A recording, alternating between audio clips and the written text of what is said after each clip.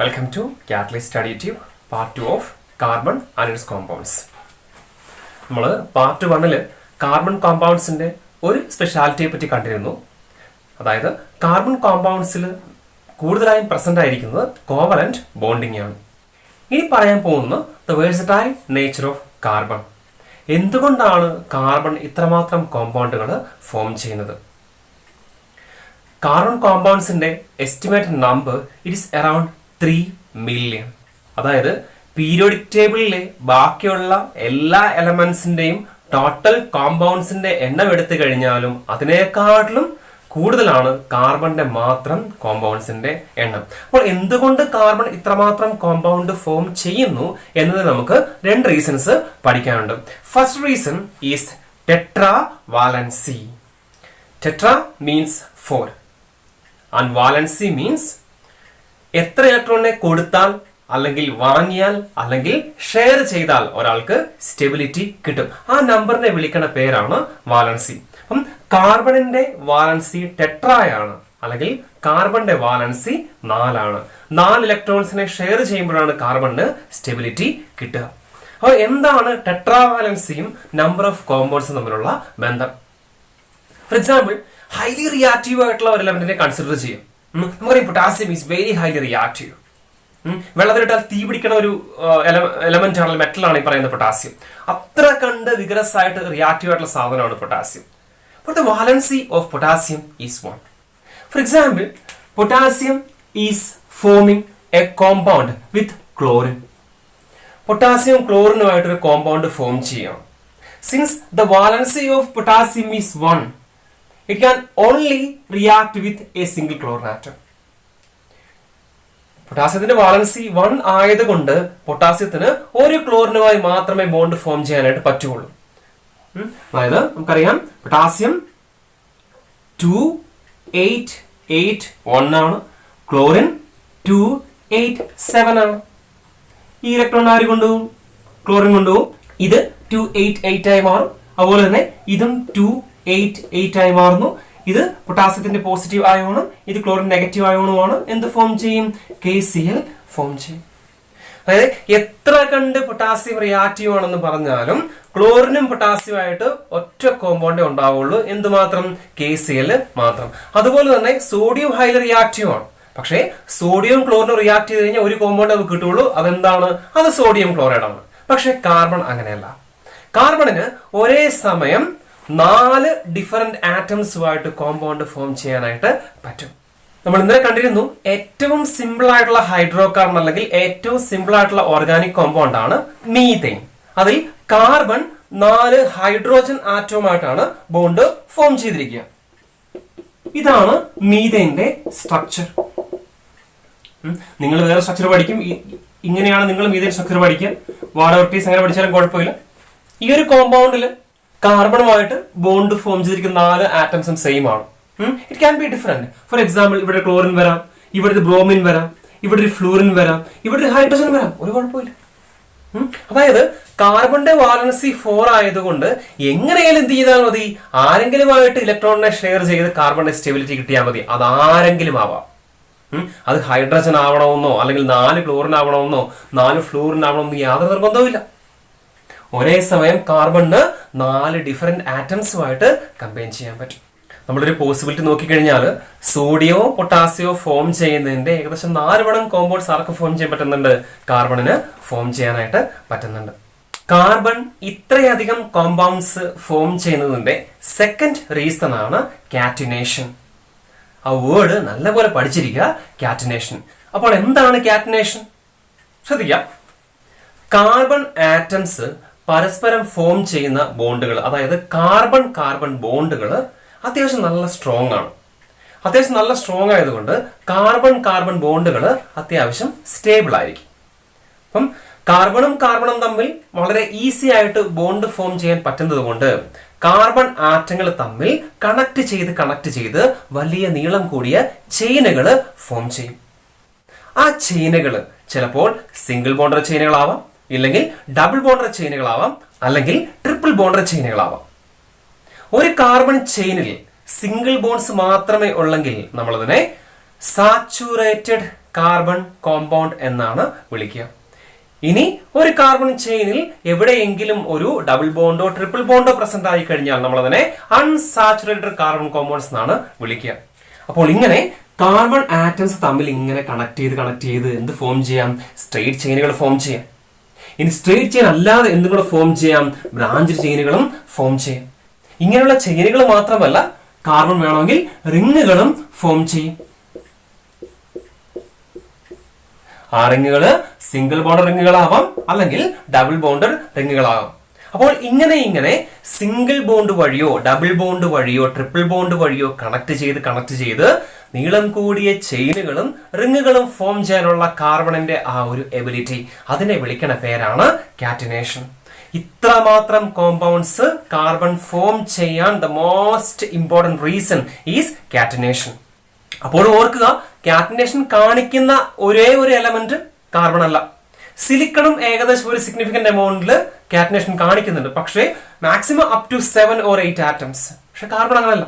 കാരണം thousands of atoms എന്ത് ചെയ്യാറുണ്ട്? തമ്മിൽ കണക്ട് ചെയ്ത് ചെയിനുകൾ ഫോം ചെയ്യാറുണ്ട്.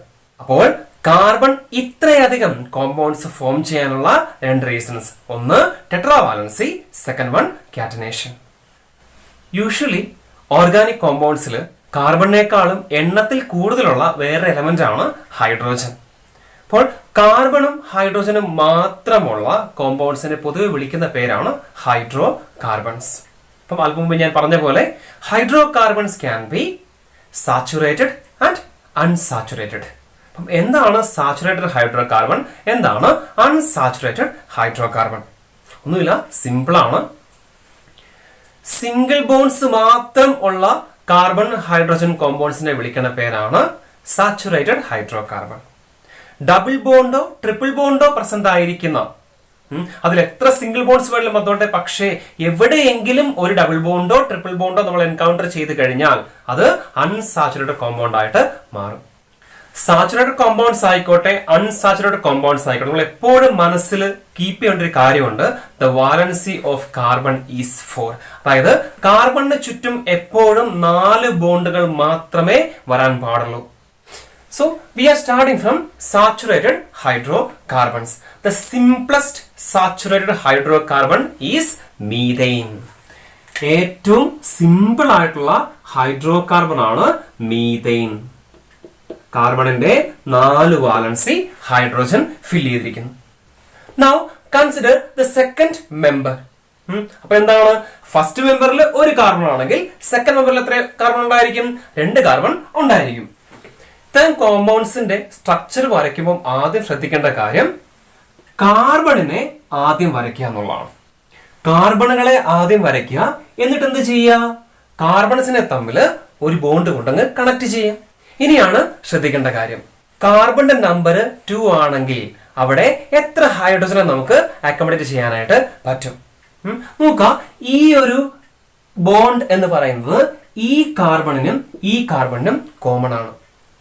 അതിന്റെ മീനിങ് ഈ കാർബണിന്റെയും ഓരോ വാലൻസി ഇവിടെ കംപ്ലീറ്റ് ആയി കഴിഞ്ഞു. ഇനി എത്ര വാലൻസി ബാക്കിയുണ്ട്? ഈ കാർബണിന് 3 വാലൻസി ബാക്കിയുണ്ട്, ഈ കാർബണിനും 3 വാലൻസി ബാക്കിയുണ്ട്. ഓരോ കാർബൺ എടുത്ത് നോക്കിയാൽ നിങ്ങൾ, ഈ ഒരു കാർബണിന് ചുറ്റും 4 ലൈൻസ് ഉണ്ട്, ഈ കാർബണിന് ചുറ്റും 4 ലൈൻസ് ഉണ്ട്. അപ്പം ഓരോ ലൈൻ എവിടെ കണക്ട് ആയിക്കാണ്? കാർബൺ തമ്മിൽ കണക്ട് ആയിക്കാണ്. ഇനി ബാക്കി എത്ര വേക്കൻസി ഉണ്ട്? 1 2 3 4 5 6. അവിടേക്ക് ആര് ഒക്യുപ്പൈ ചെയ്യും? ഹൈഡ്രോജൻ കയറി ഒക്യുപ്പൈ ചെയ്യും. ഇതാണ് സാച്ചുറേറ്റഡ് ഹൈഡ്രോ കാർബൺസിലെ സെക്കൻഡ് മെമ്പർ.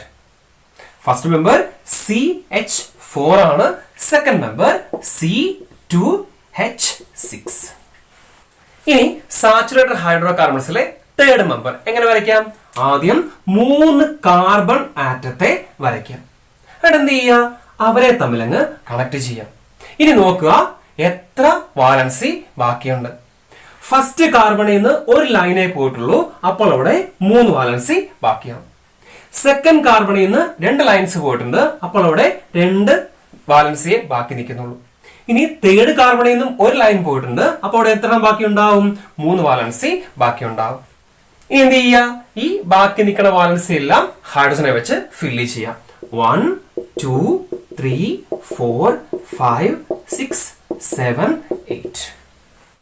ഈ കോമ്പൗണ്ട് ഫോർമുല എന്തായിരിക്കും? 1 2 3 C3. Hydrogen 1 2 3 4 5 6 7 8 H8. So first മെമ്പറുടെ ഫോർമുല CH4 എന്നാണ്. സെക്കൻഡ് മെമ്പറുടെ ഫോർമുല C2H6 എന്നാണ്. തേർഡ് മെമ്പറുടെ ഫോർമുല C3H8 എന്നാണ്. അപ്പോൾ അടുത്തയാളുടെ ഫോർമുല എന്തായിരിക്കും? നമുക്ക് ഇവിടെ എല്ലാം എന്ത് കാണാൻ പറ്റുന്നുണ്ട്? ഒരു സിമിലാരിറ്റി കാണാൻ പറ്റുന്നുണ്ട്. C1 ആയപ്പോൾ Hന്റെ എണ്ണം 4 ആയി, C2 ആയപ്പോൾ H6 ആയി, C3 ആയപ്പോൾ H8 ആയി. So generally we can represent when C is n,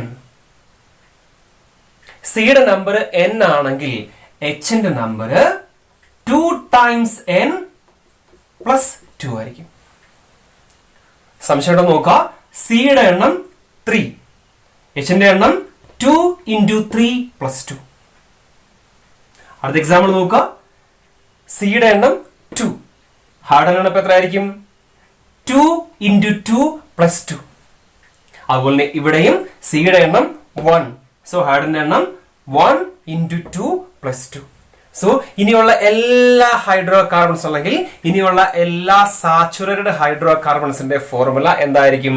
CnH2n plus 2 എന്നായിരിക്കും.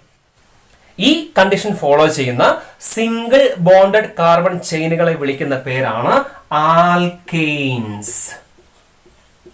എപ്പോഴും ഓർത്തിരിക്കുക, ഈ ഒരു കണ്ടീഷൻ ഫോളോ ചെയ്യുന്ന അല്ലെങ്കിൽ CnH2n plus 2 എന്ന കണ്ടീഷൻ ഫോം ചെയ്യുന്ന എല്ലാ കാർബൺ ചെയിനുകളെ നമ്മൾ കളക്റ്റീവ്ലി വിളിക്കുന്ന പേരാണ് ആൽക്കെയിൻസ്. നേരത്തെ പറഞ്ഞ പോലെ കാർബൺ ചെയിനുകൾ മാത്രമല്ല ഫോം ചെയ്യാം, കാർബണിന് റിങ്ങുകളും ഫോം ചെയ്യാൻ പറ്റും. ഉദാഹരണത്തിന് 3 കാർബൺ കൂടി ചേർന്നിട്ട് ഒരു ട്രയാങ്കിൾ ഫോം ചെയ്യുന്ന വിചാരിക്കുക, ഒരു റിങ് ഫോം ചെയ്യുന്ന വിചാരിക്കുക. അപ്പം റിങ്ങിന്റെ കേസിൽ ഓരോ കാർബണിന്റെയും 2 വാലൻസി വീതം ഫീൽഡ് ആണ്. അതായത് ഓരോ കാർബണിൽ നിന്നും 2 ലൈൻസ് വീതം പുറത്തേക്ക് പോകുന്നുണ്ട്. അപ്പൊ എത്ര ബാക്കി ഉണ്ടാവുള്ളൂ? ഇവിടെ 2 ബാക്കിയുണ്ട്, ഇവിടെ 2 ബാക്കിയുണ്ട്, ഇവിടെ 2 ബാക്കിയുണ്ട്. അപ്പൊ എത്ര ഹൈഡ്രജൻ വരും? 1 2 3 4 5 6. ഇനി ഒരു 4 കാർബൺ റിങ്ങിനെ കൺസിഡർ ചെയ്യാം. 1 2 3 4. ഇവിടെയും ഓരോ കാർബണിന്റെയും 2 വീതം വാലൻസീസ് കംപ്ലീറ്റ് ആണ്. എത്ര ബാക്കി വരും? 1 2 3 4 5 6 7 8. 1 2 3 4 5 6 7 8. അപ്പം 5 മെമ്പേർഡ് റിംഗ് ആണെങ്കിൽ C5H10 ആയിരിക്കും, 6 മെമ്പേർഡ് റിംഗ് ആണെങ്കിൽ C6H12 എന്നായിരിക്കും. അതായത് എത്ര കാർബൺ ഉണ്ടോ അതിന് നേരെ ഡബിൾ ആയിരിക്കും ഹൈഡ്രജന്റെ നമ്പർ. അപ്പോൾ ഇങ്ങനെയുള്ള, അതായത് Cn ആണെങ്കിൽ H should be 2n. ഇങ്ങനെ ഫോർമുലയുള്ള എല്ലാ സിംഗിൾ ബോണ്ട് റിംഗ്സിനെയും നമ്മൾ ഒരുമിച്ച് വിളിക്കുന്ന പേരാണ് സൈക്ലോ ആൽക്കെയിൻസ്. Cyclo alkanes. ഇതിനെക്കുറിച്ച് കാര്യമായിട്ട് ബോധരാവണ്ട, അടുത്ത വർഷം നല്ലപോലെ പഠിച്ചോളൂ.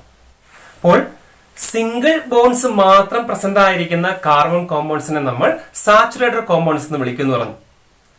ഇനി അങ്ങനെയാണെങ്കിൽ എന്താണ് അൺസാച്ചുറേറ്റഡ് കോമ്പൗണ്ട്സ് നോക്കാം.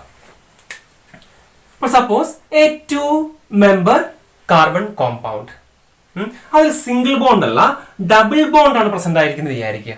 അങ്ങനെയാണെങ്കിൽ we can see that ഓരോ കാർബണിന്റെയും പാർട്ടാണ് ഈ 2 ലൈൻസും.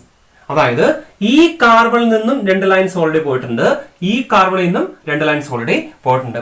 എപ്പോഴും ഓർത്തിരിക്കുക, ഒരു കാർബണിന്റെ ചുറ്റും 4 വരെ മാക്സിമം വരാൻ പാടുള്ളൂ. അപ്പോൾ ഇവിടെ നോക്കിയേ, 2 വരെ ഓൾറെഡി കംപ്ലീറ്റ് ആയി. ഇനി എത്ര എണ്ണം വരാം? 1 2. ഇവിടെ എത്ര എണ്ണം വരാം? 1 2. സോ ഡബിൾ ബോണ്ടഡ് കാർബൺ ചെയിനിൽ ഇനി എത്ര ഹൈഡ്രജൻ ബാക്കി വരാം? 1 2 3 4. നമ്മൾ സാച്ചുറേറ്ററിന്റെ കേസിൽ കണ്ടിരുന്നു 2 കാർബൺ വന്നപ്പോൾ അവിടെ 6 ഹൈഡ്രജൻ ഉണ്ടായിരുന്നു. ഇവിടെ ഡബിൾ ബോണ്ടിന്റെ കേസിൽ വന്നപ്പോൾ എന്ത് സംഭവിച്ചു? 6 ഹൈഡ്രജന് പകരം ഇവിടെ 4 ഹൈഡ്രജൻ ആയിട്ട് മാറി. നോക്കുക, കാർബണിന്റെ 4 വാലൻസീസും ഹൈഡ്രജൻ വെച്ച് ഫില്ല് ചെയ്തിരിക്കുകയാണെങ്കിൽ അതാണ് സാച്ചുറേറ്റഡ്. ഇവിടെ കാർബണിന്റെ എല്ലാ വാലൻസിയും ഫില്ല് ചെയ്തേക്കുന്ന ആരല്ല, ഹൈഡ്രജൻ അല്ല. ഒരു 2 വാലൻസി ആര് തമ്മിൽ പോയേക്കാണ്, കാർബൺ തമ്മിൽ പോയേക്കുവാണ്. ഇതാണ് അൺസാച്ചുറേറ്റഡ്. സോ ഡബിൾ ബോണ്ട് ആയിക്കോട്ടെ. ഇനി അടുത്ത ആരുടെ കേസ് നോക്കുക, ട്രിപ്പിൾ ബോണ്ടിന്റെ കേസ് നോക്കുക. അപ്പോൾ ഇവിടെ നമുക്ക് കാണാൻ പറ്റും ഓരോ കാർബണിൽ നിന്നും ഓൾറെഡി 3 ലൈൻസ് പോയിട്ടുണ്ട്. ഇനി എത്ര വരാൻ പറ്റുള്ളൂ, ഇവിടെയും ഓരോ ഹൈഡ്രജനെ വരാൻ പറ്റുള്ളൂ. അടുത്ത മെമ്പർ കൺസിഡർ ചെയ്യാം. നമുക്ക് 3 കാർബൺ ഉള്ള ഒരു ഡബിൾ ബോണ്ടർ കോമ്പൗണ്ട് ആണെന്ന് വിചാരിക്കാം. അവിടെ ഫസ്റ്റ് കാർബണിൽ നിന്ന് ഒരു ലൈനേ പോയിട്ടുള്ളൂ. അപ്പോൾ എത്ര ഹൈഡ്രജൻ വെക്കാൻ പറ്റും, അവിടെ നമുക്ക് 3 ഹൈഡ്രജനെ വെക്കാൻ പറ്റും. സെക്കൻഡ് കാർബണിൽ നിന്ന് ഓൾറെഡി 3 ലൈൻസ് പോയിട്ടുണ്ട്. അപ്പൊ നമുക്ക് എത്ര ഹൈഡ്രജനെ വെക്കാൻ പറ്റുള്ളൂ, 1 ഹൈഡ്രജനെ വെക്കാൻ പറ്റുള്ളൂ. തേർഡ് കാർബണിൽ നിന്ന് 2 ലൈൻസ് പോയിട്ടുണ്ട്. അപ്പൊ നമുക്ക് 2 ഹൈഡ്രജനെ അവിടെ വെക്കാനായിട്ട് പറ്റും. ഫോർമുല എഴുതി നോക്കുക, C3H6 എന്നാണ് അതിന്റെ ഫോർമുല. ഫസ്റ്റ് മെമ്പറുടെ ഫോർമുല നോക്കി, C2H4 എന്നാണ് അതിന്റെ ഫോർമുല. അതായത് എത്ര കാർബൺ ഉണ്ടോ അതിന് ഡബിൾ ആയിരിക്കും ഹൈഡ്രോജൻ. ഇവിടെ അതുപോലെ തന്നെ എത്ര കാർബൺ ഉണ്ടോ ഡബിൾ ആയിരിക്കും ഹൈഡ്രോജൻ. ഇനി ട്രിപ്പിൾ ബോണ്ടർ കോമ്പൗണ്ട് ആണെങ്കിൽ ഇതിന്റെ ഫോർമുല നോക്കുക, ഇത് C2H2 എന്നാണ്. ഇനി സെക്കൻഡ് മെമ്പറെ കൺസിഡർ ചെയ്യാം, 3 കാർബൺ ഉള്ള ട്രിപ്പിൾ ബോണ്ടഡ് കോമ്പൗണ്ട്. ഫസ്റ്റ് കാർബണിൽ നിന്ന് ഒരു ലൈൻ പോയിട്ടുണ്ട്. സോ അതിന്റെ വാലൻസി ഇനി എത്ര ബാക്കിയുണ്ട്, 3 എണ്ണം ബാക്കിയുണ്ട്. സെക്കൻഡ് കാർബണിൽ ഓൾറെഡി 4 ലൈൻസ് പോയിട്ടുണ്ട്. സോ അവിടെ ഇനി ആരെ വെക്കാൻ പറ്റില്ല, ഹൈഡ്രജൻ വെക്കാനായിട്ട് നമുക്ക് പറ്റില്ല. ഇനി തേർഡ് കാർബണിൽ നിന്ന് 3 ലൈൻസ് ഓൾറെഡി പോയിട്ടുണ്ട്. ഇനി ഒരാളെ നമുക്ക് വെക്കാനായിട്ട് പറ്റുള്ളൂ. സോ അതിന്റെ ഫോർമുല C3H4 എന്നാണ്. അപ്പോൾ ഡബിൾ ബോണ്ടർ കോമ്പൗണ്ട്സിന്റെ ജനറൽ ഫോർമുല CnH2n എന്നായിരിക്കും. അതായത് എത്ര കാർബൺ ഉണ്ടോ അതിന്റെ ഡബിൾ ആയിരിക്കും ഹൈഡ്രോജൻ. ഇനി ട്രിപ്പിൾ ബോണ്ടർ കോമ്പൗണ്ട്സിലേക്ക് വരുമ്പോൾ അതിന്റെ ജനറൽ ഫോർമുല CnH2n-2 എന്നായിരിക്കും. ഈ ഫോർമുല സാറ്റിസ്ഫൈ ചെയ്യുന്ന എല്ലാ ഡബിൾ ബോണ്ടർ കോമ്പൗണ്ട്സിനെ നമ്മൾ വിളിക്കുന്ന പേരാണ് ആൽക്കീൻസ്.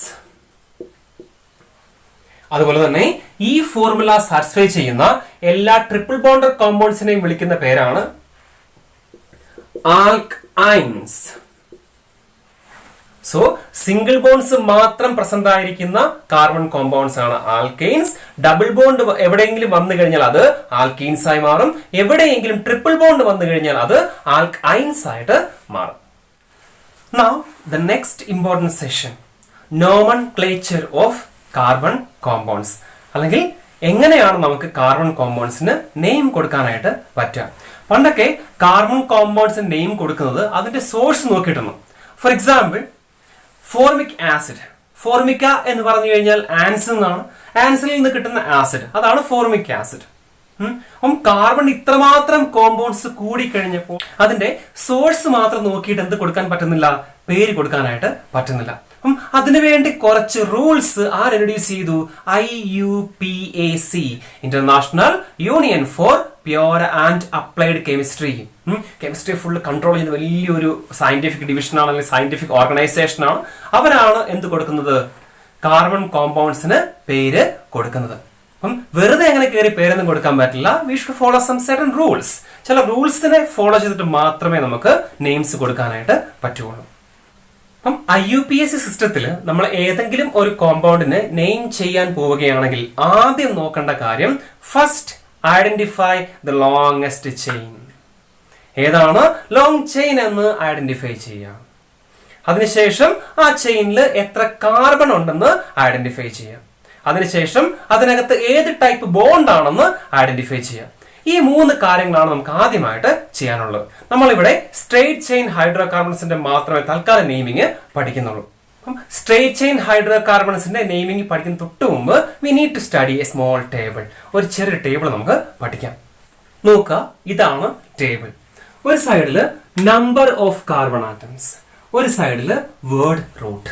എപ്പോഴും ഓർത്തിരിക്കുക, എത്ര കാർബൺ ഉണ്ട് എന്നറിഞ്ഞിട്ടാണ് നമ്മൾ എന്ത് കൊടുക്കുന്നത്, പേര് കൊടുക്കുന്നത്.